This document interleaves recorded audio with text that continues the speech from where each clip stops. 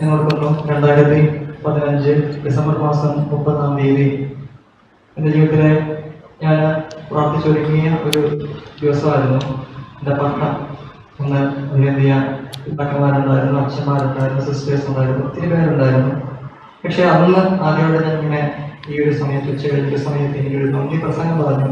പക്ഷെ അത് പറയുന്ന ഓരോ വാക്കുകളും കൃത്യമായി എഴുതി കാണിച്ച എൻ്റെ പപ്പായാണ്.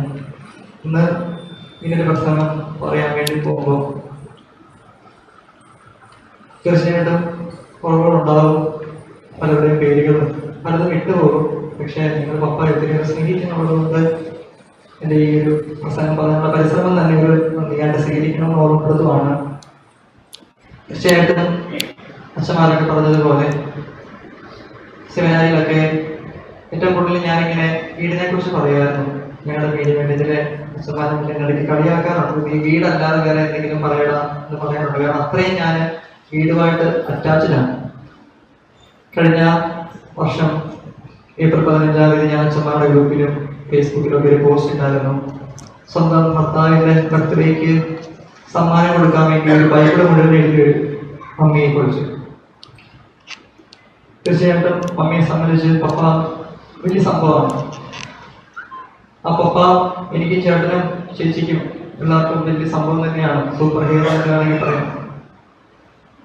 പപ്പായ്ക്ക് മക്കളെ കുറിച്ചും മമ്മിയെ കുറിച്ചും കൊച്ചുമക്കളെ കുറിച്ചും ചേച്ചിയെ കുറിച്ചും ഒക്കെ സന്തോഷം തന്നെയാണ്. വളരെ തിടുക്കത്തിൽ ഞങ്ങളോട് പോലും ഒന്ന് യാത്ര പറഞ്ഞ് ഞങ്ങളെ വേദനിപ്പിക്കണ്ട എന്ന് വിചാരിച്ച് പെട്ടെന്ന് ജീവിതത്തിലേക്ക് പോയ ഒരു പപ്പ. തീർച്ചയായിട്ടും പപ്പായെ എല്ലാവരും സ്നേഹിക്കുന്നവരുടെ പ്രത്യേക സന്തോഷമുണ്ട്. ബഹുമാനപ്പെട്ട മഹേന്ദിയ പിതാക്കന്മാരെ 2 പേരും കർമ്മങ്ങളിൽ പങ്കെടുത്തു. പിതാക്കന്മാരെ വിളിച്ചു. പിതാക്കന്മാർക്ക് ഒരുപക്ഷെ അച്ഛൻ്റെ അപ്പൻ എന്ന നിലയിൽ എന്നതിനേക്കാളുപരി പപ്പായെ അറിയാം, പപ്പായെ സ്നേഹിക്കുന്നുണ്ട്. 2 പിതാക്കന്മാർക്ക് മഹേന്ദിയ പിതാവിനെ ഈ ഒരു സാന്നിധ്യത്തിൽ പ്രത്യേകം നന്ദി പറയുകയാണ്. ആദ്യത്തെ പിതാവ് വിളിച്ചു.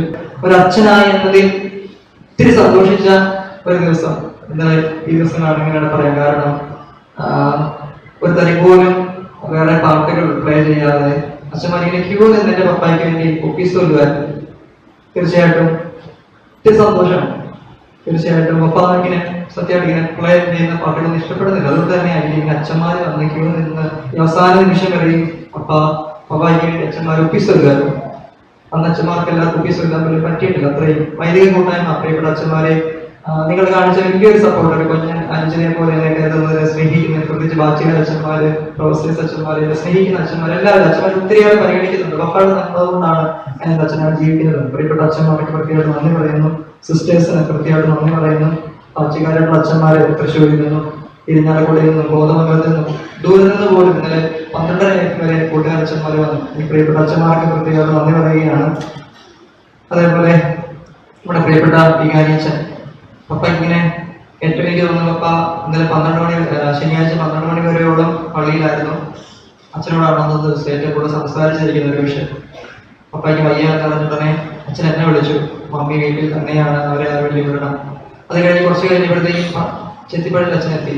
ബഹുമാനപ്പെട്ട വികാരിച്ച് ഒത്തിരി കാര്യങ്ങൾ ഇങ്ങനെ ക്രമീകരിക്കുന്നുണ്ടായിരുന്നു. ഭയങ്കരമായിട്ട് സപ്പോർട്ട് ചെയ്യുന്നുണ്ടായിരുന്നു. പ്രത്യേകിച്ച് പപ്പയുടെ ഒരു വലിയ അഭിലാഷം എന്ന പോലെ പലരും ഞങ്ങളോട് പറഞ്ഞ കാര്യമാണ് പപ്പയെ ചാപ്പരി കയറ്റണം, തിരിച്ചു വരുന്ന സമയത്ത് വോളിബോൾ ഗ്രൗണ്ടിലൂടെ കൊണ്ടുവരണം. ഈ ഉള്ള ആഗ്രഹങ്ങളൊക്കെ പപ്പയുടെ ഒരു ഹൃദയാഭിലാഷത്തെ അന്ത്യാഭിലാഷത്തെ ഒരുപക്ഷെ ഹൃദയത്തിൽ ഏറ്റിയതൊന്നാണ് ചെയ്യാൻ ഈ ഒരു ദിവസം ഇത്ര നല്ല രീതിയിൽ ക്രമീകരിച്ച പ്രിയപ്പെട്ട വികാരിച്ചനും സിസ്റ്റേഴ്സിന് എല്ലാ പ്രിയപ്പെട്ടവർക്കും നന്ദി പറയുകയാണ്. നേരത്തെ അച്ഛന്മാരായിട്ട് സിസ്റ്റേഴ്സായിട്ടൊക്കെ ഉണ്ട്, എല്ലാവർക്കും നന്ദി പറയുകയാണ്.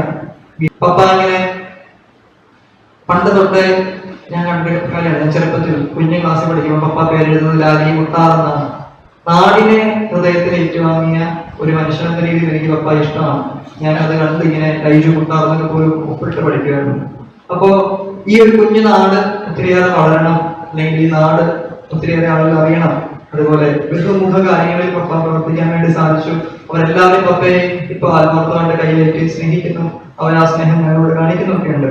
നമ്മുടെ പള്ളി, ചാപ്പല്, വള്ളംകളി, പന്തുകളി, സിനിമ, കലാകായിക, രാഷ്ട്രീയ ഏത് മേഖലകളാണെന്ന് എനിക്ക് തന്നെ അറിയത്തില്ല. കാരണം ഇന്ന് പപ്പ ഇങ്ങനെ പൊക്കി അർപ്പിച്ച ഇതൊക്കെ കാണുമ്പോൾ ഞാൻ ഈ ഒരു കുഞ്ഞു കാലഘട്ടത്തിൽ ഞാൻ അച്ഛനായിട്ട് സമയമില്ല എന്ന് പറയുമ്പോൾ പപ്പ എന്റെ ഈ ഇത്രയും 71 വർഷങ്ങൾക്കിടയിൽ ഇത്രയേറെ കാര്യങ്ങൾക്കകത്ത് ഇത്രയേറെ പറഞ്ഞു. ഞാൻ മറ്റോട് പറഞ്ഞു പപ്പായ നമ്മുടെ വീട്ടിൽ നമ്മളെ എത്രയേറെ സ്നേഹത്തോടുകൂടി കരുതിപ്പം എത്രയേറെ കാര്യങ്ങൾക്ക് പ്രാധാന്യം കൊടുക്കാൻ പപ്പായ്ക്ക് പറ്റിയല്ലോ. പപ്പായ്ക്ക് ഇങ്ങനെ ബുദ്ധിമുട്ട് ഉണ്ടായെന്ന് കേട്ടപ്പോൾ കൂടി പപ്പായ ഹോസ്പിറ്റലിലേക്ക് കൊണ്ടുപോയത് നമ്മുടെ അയൽവക്കാരാണ് തന്നെയാണ്.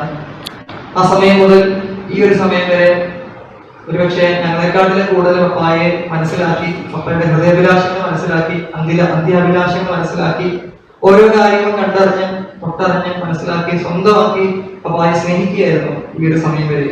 എനിക്കറിയത്തില്ല, ഞാൻ പ്രത്യേകിച്ച് ആളുടെ പേര് പറയുന്നില്ല, ഒത്തിരിയേറെ ആളുകൾ ഞങ്ങളുടെ കണ്ണുകൾ കാണുന്നുണ്ടായിരുന്നു ഞങ്ങളെ സ്നേഹിക്കുന്നത് ഈ ദിവസങ്ങളിൽ. അവരെല്ലാവരെയും മുന്നോട്ട് ഓർക്കുന്നു. ആരുടെയും പേര് പറയുന്നില്ല, കാരണം പേര് പറഞ്ഞാൽ വിട്ടുപോകുന്ന എനിക്കറിയാം. ഞങ്ങളുടെ സ്വപ്നങ്ങളെ, പപ്പായുടെ സ്വപ്നങ്ങളെ, രാജകീയമായിട്ടുള്ള യാത്ര പപ്പായ്ക്ക് ഒരുക്കിയത് നമ്മളുടെ ഓർത്ത് പ്രാർത്ഥിക്കുന്നു. പപ്പ ഒരു നല്ല നടനാണ്. പക്ഷെ ജീവിതത്തിൽ ഒട്ടും അഭിനയിക്കാൻ അറിയാത്ത ഒരു മനുഷ്യനാണ് പപ്പ.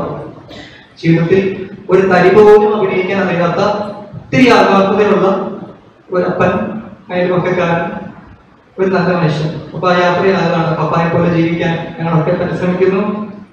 എല്ലാവരും പപ്പയ്ക്ക് വേണ്ടി പ്രാർത്ഥിക്കണം, ഞങ്ങൾക്ക് വേണ്ടി പ്രാർത്ഥിക്കണം. വളരെ പ്രത്യേകിച്ച് ആകസ്മികമായിട്ടുള്ളൊരു മരണം ഞങ്ങൾ ഇത്രയേറെ വേദനിപ്പിക്കുന്നു. ഈ നിമിഷം വരെയും ഞങ്ങളുടെ അടുത്തുണ്ടെന്നൊരു ഫീലുണ്ട്. ഇന്ന് വൈകിട്ട് വീട്ടിൽ പപ്പായില്ല. അതുകൊണ്ട് പപ്പായുടെ ആ ഒരു വിയോഗം ഞങ്ങളെ അറിയിക്കാതെ നിങ്ങൾ എല്ലാവരും കൂടെ ഉണ്ടാവണം. പപ്പയ്ക്ക് വേണ്ടി പ്രാർത്ഥിക്കണം. പപ്പായുടെ ജീവിതത്തിൽ നിങ്ങൾക്ക് കുറവുകൾ ഉണ്ടായിട്ടുണ്ടെങ്കിൽ അതിനുവേണ്ടി നിങ്ങൾ പ്രാർത്ഥിക്കണം എന്ന് ഓർമ്മപ്പെടുത്തുന്നു.